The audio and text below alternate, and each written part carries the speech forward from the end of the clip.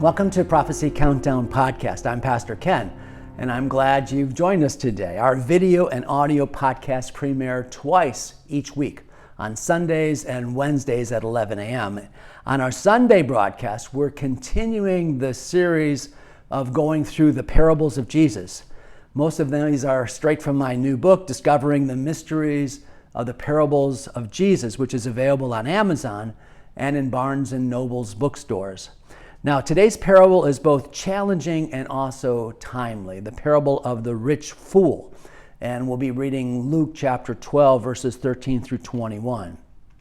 So I want you to imagine that you have been working hard, making wise decisions, and now finally everything is falling into place. Business is booming, it's time to expand, maybe open a second location, hire more staff, or maybe upgrade all of your equipment. Or perhaps it's your home that's in need of an upgrade. You've outgrown your current space and now you have the means to add a few more bedrooms, a few more bathrooms, maybe a larger kitchen. The dream home, it's going to be in the perfect neighborhood and it's finally within your reach. Or maybe it's your car. It's been reliable, gets you everywhere you need to go, but you've had your eye on that fancy new model. It's time for an upgrade. And this time, no more monthly payments, no more settling for just the basics. This time you want to pay cash and you want all of the extras. You're going to drive away in something brand new. These ambitions that I'm describing, these desires, these plans, they sound reasonable. They sound responsible. After all, isn't that what success looks like? Isn't this the reward for hard work and careful planning? But Jesus has a question that rarely crosses our minds when we're caught up into expanding, upgrading, or securing our future. And the question is this: what if tonight was the last night you would ever live? What if all these things, all this careful planning suddenly means nothing? Well, that's exactly the question Jesus puts before his audience in this parable of the rich fool. A man, like many of us, has his future all mapped out. You see, he's got more than enough. And instead of worrying about anything else, he decides to tear down his barns and build bigger ones to store his wealth. He looks ahead of years of ease and security and personal enjoyment. Yet, just as he finalizes his plans, God speaks and says, "You fool, this night your soul will be required of you. Then whose will those things be which you have provided?" Jesus tells this parable not just to challenge our view of wealth, but to confront the deeper issue of where our true security lies. Have we planned for everything except the one thing that matters most? Have we spent our time building a future while neglecting the call of eternity? This parable is not just about a man long ago, it's actually about us, people like you and me. Are we building bigger barns for ourselves? Are we rich in this world, but not rich towards God? The parable of the rich fool who foolishly built bigger barns is found in the Gospel of Luke. The story is told by Jesus in response to a question, and this is key, a question from someone in the crowd who asks him to mediate a dispute over inheritance. The request highlights a common human concern about material wealth and possessions. It's set within the larger narrative of Jesus' ministry, where he often confronted deeply ingrained human tendencies, such as materialism and greed. So here's the parable of the rich fool from Luke chapter 12, beginning in verse 13. Luke writes, "Then one in the crowd said to him, 'Teacher,'" that's Jesus, "'tell my brother to divide the inheritance with me.' But he said to him, 'Man, who made me judge or an arbiter over you?' And then he said to them, 'Take heed and beware of covetousness, for one's life does not consist in the abundance of the things he possesses.' Then he spoke a parable to them. saying, "The ground of a certain man yielded plentifully. And he thought to himself, saying, 'What shall I do, since I have no room to store my crops?' So he said, 'I will do this.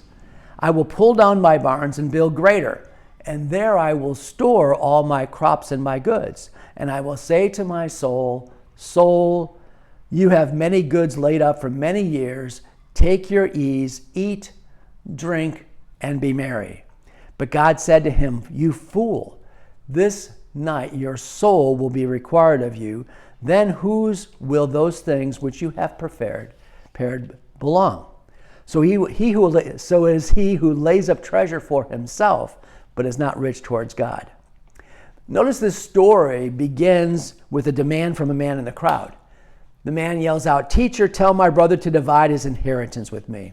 Now, on the surface, it seems like a fair request, possibly not to Jesus, but Jesus refused to settle the dispute. Instead, he issues this strong warning about covetousness. He says, "Take heed of covetousness, for one's life does not consist in the abundance of the things we possess." And then he tells the parable. Scripture tells us plainly the love of money is the root of all kinds of evil. That's 1 Timothy. And this parable brings that warning into vivid focus. Jesus describes a man whose land has yielded an extraordinary harvest. Notice, however, that the parable that Jesus speaks says the ground of a certain rich man provided plentifully. The emphasis is subtle, but it's the ground, not the man, that provided the harvest. The man didn't do the work. The abundance was not the result of his genius or his labor, but it was a gift. It was the grace of God, a blessing from God. And yet, nowhere in this man's thoughts is there even a whisper of gratitude. His response to the harvest is deeply revealing. He speaks only to himself and only of himself. "What shall I do, since I have no room to store my crops?" He asked not to seek God's will or to bless others, but to strategize on how best to safeguard his assets. He decides to tear down the barns and build bigger ones. Life would be secured by the storage in his barns. He dreams of future ease, years of comfort and indulgence, and concludes with the chilling words, "Soul, you have many goods laid up for many years. Take your ease, eat, drink, and be merry." But then comes this divine interruption. "Fool, this night your soul will be required of you." You know, all of this man's careful planning, all of his wealth, all of his assumptions, all of it is undone in a moment when it's a realization that this will be the last day that the man will see on this earth with his possessions. It concludes with this piercing statement, "So is he who lays up treasure for himself, but is not rich towards God." So here we see the other part of the dilemma. The parable is not so much of what the man did, but what he failed to do. You see, in the parable, there's no mention of gratitude, no mention of God, no mention of sharing the excess that he has with others, no reflection on his own mortality. It's the silence that speaks loudest. The parable never accuses the man of theft or injustice. His folly is much more subtle, and that's why it's so much more common. He presumed that his life was his own, that his time was guaranteed, and that his treasure could be stored up for his own use.